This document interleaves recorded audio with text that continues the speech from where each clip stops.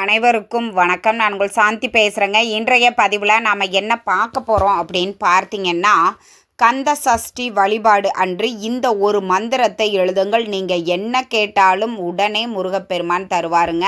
அப்படிப்பட்ட ஒரு சக்தி வாய்ந்த மந்திரத்தை தான் நம்ம இந்த பதிவில் பார்க்க போகிறோம். வாங்க வீடியோக்குள்ளே போகலாம்.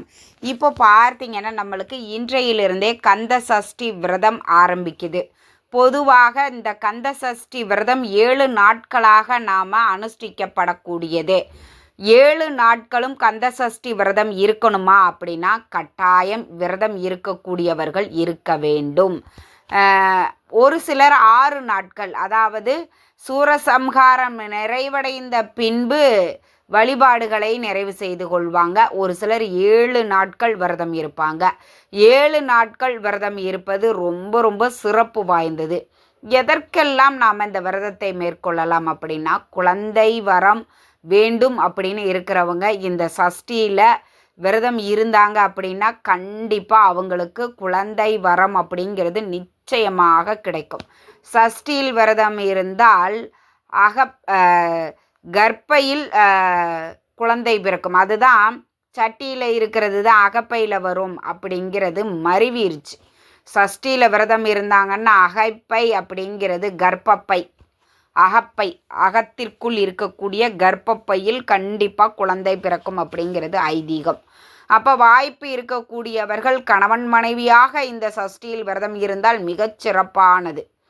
அம்மா, என்னுடைய கணவர் இருக்க மாட்டார், இதில் எல்லாம் அவருக்கு நம்பிக்கை கிடையாது, இல்லை அவர் உடல்நிலை காரணமாக வேலை நிமித்தமாக விரதம் இருக்க முடியாது அப்படிங்கிறவங்க மனைவி மட்டும் விரதம் இருந்து கொள்ளலாம். எந்த ஒரு தவறுமே கிடையாது. இந்த சஷ்டியில் நம்ம விரதம் இருந்தோம் அப்படின்னா குழந்தை வரம் மட்டும் இருப்பவர்கள் தான் விரதம் இருக்கணுமா அப்படின்னா, இந்த சஷ்டியில் நீங்கள் விரதம் இருந்தீங்கன்னா முருகப்பெருமார் நீங்கள் என்ன கேட்டாலும் கொடுப்பார். சொந்த வீடு வேண்டும், நல்ல வேலை வேண்டும், திருமணம் நடக்க வேண்டும், குழந்தை வேண்டும், இப்படி என்ன உங்களுக்கு பிரார்த்தனைகள் வேண்டுதல்கள் உங்களுக்கு வேண்டுமோ அதை முருகப்பெருமானிடம் முன்வைத்து பாருங்கள். நிச்சயம் நீங்கள் கேட்ட அனைத்தையும் முருகப்பெருமான் கொடுப்பார். இதில் திருமணத்திற்காக என்னுடைய பெண்ணுக்கு நல்ல மாப்பிள்ளை வேணும், இல்லை என்னுடைய பையனுக்கு நல்ல மனைவி வேண்டும் அப்படின்னு இருக்கிறவங்க அவங்களினுடைய ஜாதகத்தை இன்றைக்கி நீங்கள் விரதத்தை ஆரம்பிச்சிருப்பீங்க. ஒன்று படம் வச்சுருப்பீங்க, இல்லைன்னா கலசம் வச்சுருப்பீங்க இல்லைங்களா? எது வச்சுருக்கிறீங்களோ அதை முருகப்பெருமானின் திருவுருவ படத்திற்கு முன்பாக அவரினுடைய ஜாதகத்தை வச்சுருங்க. 6 நாட்களும் நீங்கள் பூஜை செய்யும் பொழுது தீபதூப ஆராதனை எல்லாம் காட்டும்போது இதுக்கும் சேர்த்தே நீங்கள் காட்டி இது பண்ணுங்கள். 6 நாட்களும் இருக்கணும். கண்டிப்பாக நல்ல வாழ்க்கை துணை அப்படிங்கிறது அமையும். சரிம்மா, இந்த சஷ்டியில் நீங்கள் என்ன கேட்டாலும் நடப்பதற்கு ஒரு எளிய மந்திரத்தை தான் நான் உங்களுக்கு சொல்ல போகிறேன். இந்த மந்திரத்தை சொல்வதை விட எழுதுவது ரொம்ப ரொம்ப சிறப்பு வாய்ந்தது. ஒரு அன்றுள் நோட்டு ஒன்று வாங்கிக்கோங்க. கோடு போடாத நோட்டாக வாங்கிக்கோங்க, புதுசாகவே வாங்கிக்கோங்க. இதில் ஏற்கனவே கொஞ்சம் பாதி எழுதியிருக்கிறோமா, இன்னும் பாதி பேஜ் இருக்குது அப்படின்னா கூட அந்த நோட்டுக்கள் வேண்டாம். புதுசாக ஒரு அன்றுள் நோட்டு ஒன்று வாங்கிக்கோங்க. பச்சை நிறத்தில் இருக்கக்கூடிய எழுதக்கூடிய பேனா, பென்சில், மார்க்கர் இப்படி எது வேணாலும் நீங்கள் பயன்படுத்தி கொள்ளலாம். ஏன்னா இந்த பச்சை நிறம் அப்படிங்கிறது முருகப்பெருமானுக்கு ரொம்ப ரொம்ப பிடித்தமானது. இப்போது நடந்து திருச்செந்தூருக்கு நடபாதையெல்லாம் போவாங்க, பழனிக்கு போவாங்க. அப்படி அவங்கெல்லாம் மாலை அணிந்து அந்த பச்சை நிற உடையைத்தான் அணிந்து கொண்டு அவங்க முருகன் கோவிலுக்கு போவாங்க. அப்படி முருகனுக்கு பிடித்த நிறம் அப்படிங்கிறது இந்த பச்சை நிறம் தான். அதனால் பச்சை நிறத்தில் எழுதக்கூடிய பேனா, பென்சில், மார்க்கர் எது வேணாலும் நீங்கள் பயன்படுத்திக்கோங்க. முதல் பேஜில் ஓம் முருகா அப்படின்னு எழுதிருங்க. முதல் பேஜில் அப்படியே ஓப்பன் பண்ண உடனே ஃபஸ்ட்டு பேஜில் ஓம் முருகா அப்படின்னு எழுதிருங்க. எழுதிட்டு அந்த நோட்டை நோட்டு, அந்த பேனா இது எல்லாமே முருகப்பெருமான் படத்திற்கு முன்பாக வச்சு தீபம் ஒன்று ஏற்றி வச்சு முருகப்பெருமானை மனதார உள்ளன்போடு பிரார்த்தனை பண்ணிக்கோங்க.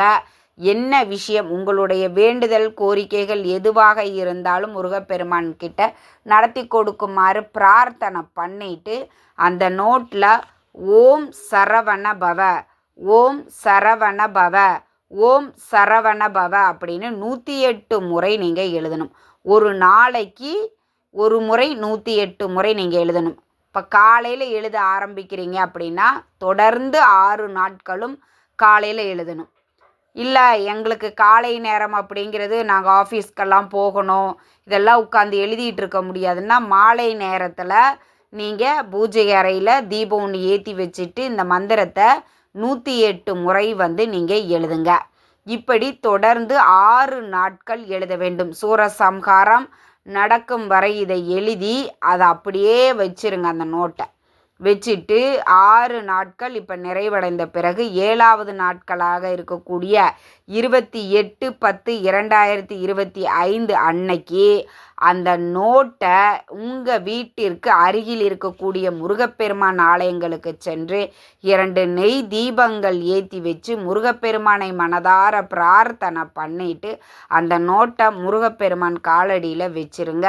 கண்டிப்பாக உங்களுடைய வேண்டுதல்கள் கோரிக்கைகள் எதுவாக இருந்தாலும் இந்த சூரசம்ஹாரம் நிறைவு பெறுவதற்குள் உங்களுக்கு நடந்து தீரும் அப்படிங்கிறது ஐதீகம்.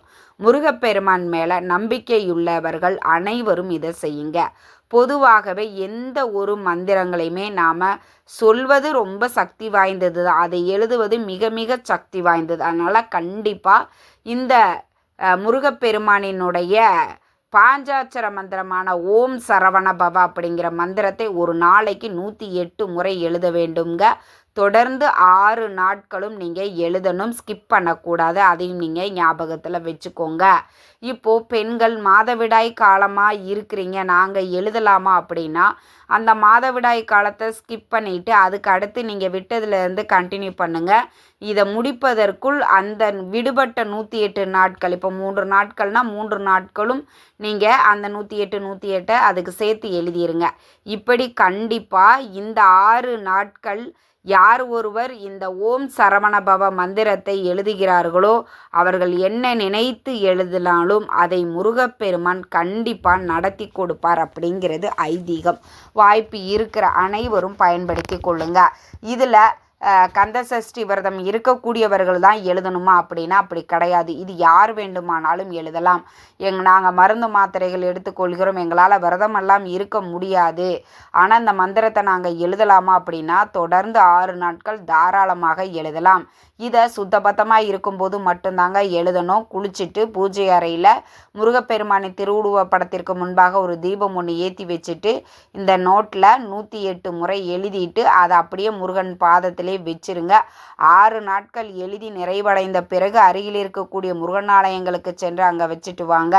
உங்களுடைய வேண்டுதல்களை முருகப்பெருமான்கிட்ட சரணாகதி அடைஞ்சிட்டிங்க, ஒப்படைச்சிட்டிங்க. இனி அந்த விஷயத்தை பற்றி நீங்கள் கவலையே பட வேண்டாம். முருகப்பெருமான் எப்பாடுபட்டாவது உங்களுக்கு அதை நடத்தி கொடுப்பார். நம்பிக்கையோடு செய்யுங்க, நிச்சயம் கை மேலே பலன் கிடைக்கும். இந்த தகவல் உங்களுக்கு ரொம்பவுமே பயனுள்ளதாக இருந்திருக்கும்னு நினைக்கிறேன். வீடியோ பிடிச்சிருந்தால் லைக் பண்ணுங்கள், ஷேர் பண்ணுங்கள், கமெண்ட் பண்ணுங்கள். இந்த பதிவை உங்களுடைய உற்றார் உறவினர்கள் நண்பர்களுக்கும் ஷேர் பண்ணுங்கள், அவங்களும் பார்த்து பயன்பெறட்டும். நன்றி, வணக்கம்.